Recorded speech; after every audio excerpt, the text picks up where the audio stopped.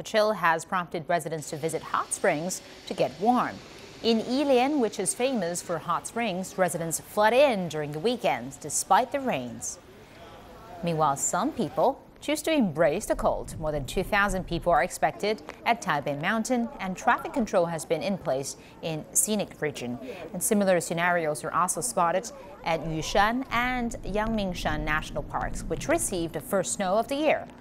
Local weather authorities warn residents of heavy rains and remind hikers to take extra precaution.